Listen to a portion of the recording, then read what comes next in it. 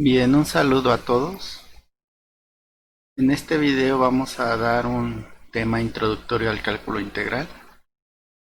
Cabe señalar que antes de este video ustedes ya debieron haber revisado los videos anexos en la plataforma y esto solo es un tema de repaso para afianzar los conocimientos que pudimos apreciar en los videos anteriores. Bueno, vamos a hablar de Sir Isaac Newton y Gottfried Leibniz. Ellos fueron los descubridores o los inventores del cálculo integral, cada uno por su cuenta y en momentos casi simultáneos, uno de origen alemán y otro de origen inglés.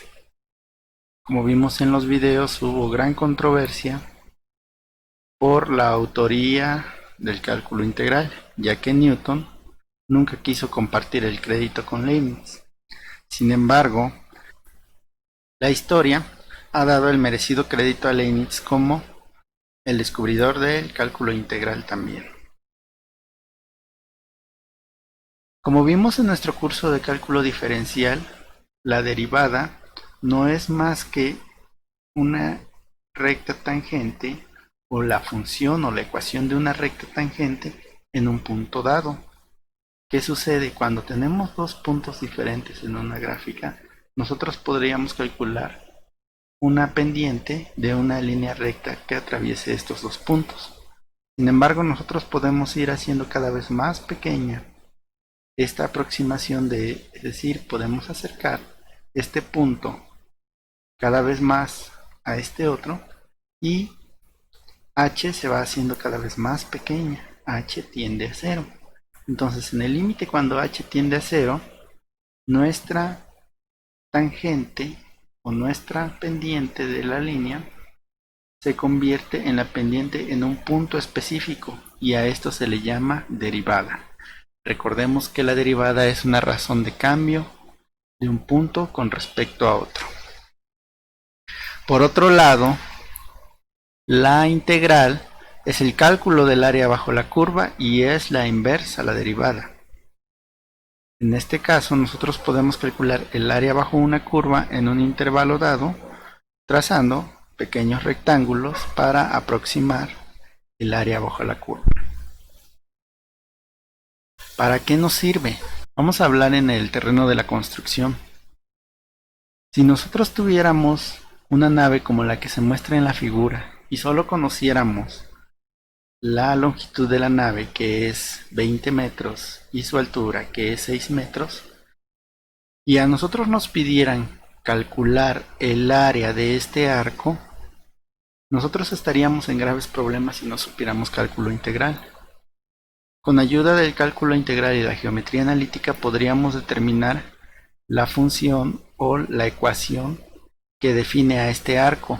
Posteriormente podríamos calcular el área bajo la curva, pero no he dicho para qué sirve esa área. Bueno, supongamos que nosotros estamos construyendo esta nave y queremos calcular el material necesario para tapar este arco.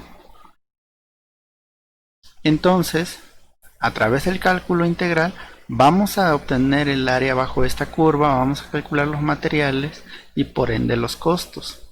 Materiales, pinturas. Esto puede ser bastante sencillo y obvio tal vez. Sin embargo, si tuviéramos que construir decenas de naves de este tipo, creo que tendríamos un pequeño problema al calcular los costos.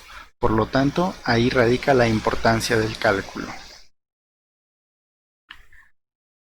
En medicina existe una disciplina que se llama farmacocinética.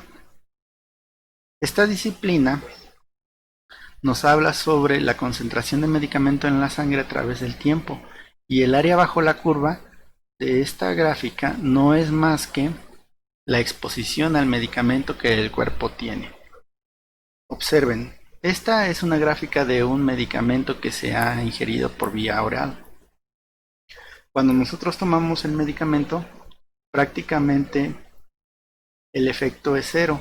Sin embargo, conforme transcurre el tiempo, el efecto del medicamento va aumentando hasta que llega a un punto máximo. donde es la concentración más alta del medicamento en la sangre y donde sus efectos son mayores. Conforme pasa el tiempo se va disminuyendo y se va perdiendo el efecto del medicamento hasta que prácticamente desaparece de nuestro sistema. Esta área bajo la curva nos va a decir qué tan expuesto estuvo nuestro cuerpo al medicamento. Cuando se hacen pruebas para nuevos medicamentos, siempre se tiene como referencia la vía intravenosa. En la vía intravenosa, cuando se inyecta un medicamento, el efecto es prácticamente instantáneo. Y observen la gráfica de la vía intravenosa. Conforme va pasando el tiempo, el efecto va disminuyendo, va disminuyendo. Pero si nosotros vemos la gráfica de esta función, observaremos que hay un área también bajo la curva. Lo mismo ocurre con una vía de administración intramuscular, oral o rectal. Esta área bajo la curva debe de ser muy similar entre sí, entre cada una de las administraciones que existe. ¿Por qué? Para que los efectos del medicamento sean semejantes. Tal vez el tiempo sea diferente, el tiempo en el que tarda en hacer efecto un medicamento sea diferente, sin embargo, la exposición debe de ser muy semejante. Y con esto los laboratorios clínicos pueden distribuir sus medicamentos en distintas presentaciones dependiendo de la necesidad del paciente. El área bajo la curva de un medicamento por vía intramuscular, oral o rectal debe de ser muy semejante al área bajo la curva de un medicamento administrado por vía intravenosa. Y lo vemos claramente en esta gráfica. Si nosotros pudiéramos medir el área bajo la curva ahora mismo, encontraríamos una similitud en las cuatro gráficas. Bien, en el tema de administración es muy importante el cálculo de costos. Este es un ejemplo de el costo de reparación de un automóvil en función del tiempo. En el eje de las Y vamos a encontrar los meses y en el eje de las X vamos a encontrar el costo en pesos.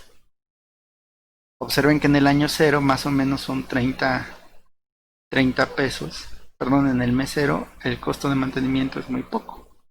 Sin embargo, va aumentando conforme van pasando los tiempos. Esto es importante, ¿por qué? Porque podemos proyectar los costos requeridos desde el momento de adquisición de algún vehículo. Como vimos en los videos anteriores, los griegos, por allá de hace unos 2500 años, crearon el método del agotamiento para calcular la superficie de figuras curvas.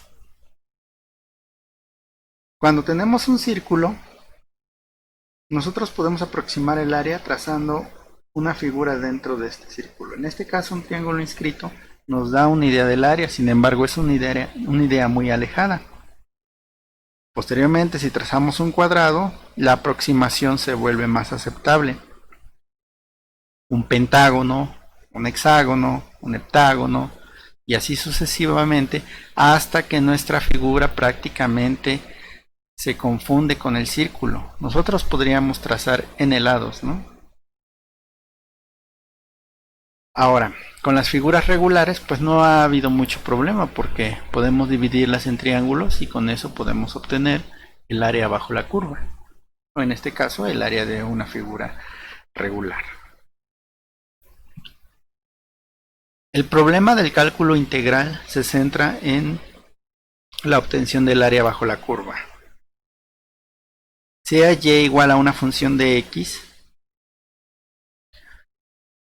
en el intervalo AB, es decir, en x1, x2, x0 y xy, nosotros tenemos el problema de calcular esta área. Se puede calcular por el método del agotamiento.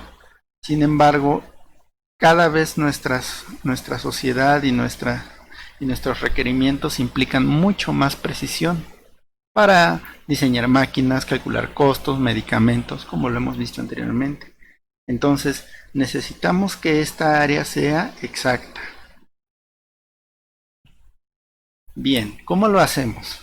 Si tenemos una función, queremos calcular el área bajo la curva, tendríamos que aproximarla. ¿Cómo la aproximaríamos?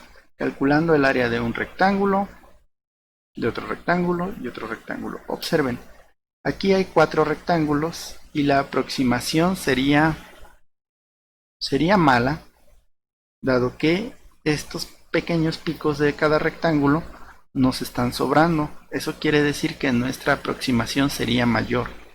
La suma de estas áreas, si sumamos el área de cada rectángulo, vamos a tener un total más grande que el área a buscar.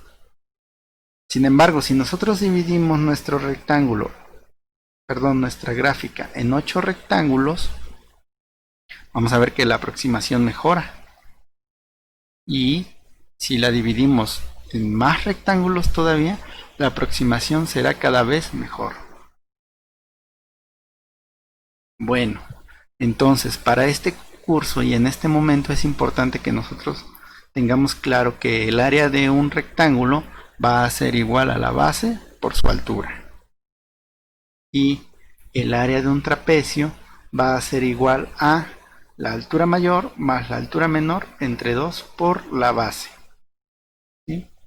En algunos libros manejan esto como la base mayor o la base menor. No importa, lo que importa es que esta longitud y esta longitud se promedien, se sumen, se dividan entre 2 y se multipliquen por la base para poder obtener el área. Recordemos en los videos que nuestra base va a ser siempre igual a un delta x. Con eso terminamos este video. Solo fue una parte complementaria a los videos que ya habíamos visto. Por favor, les pido que tomen nota de cada video y nos vemos en el siguiente. Gracias.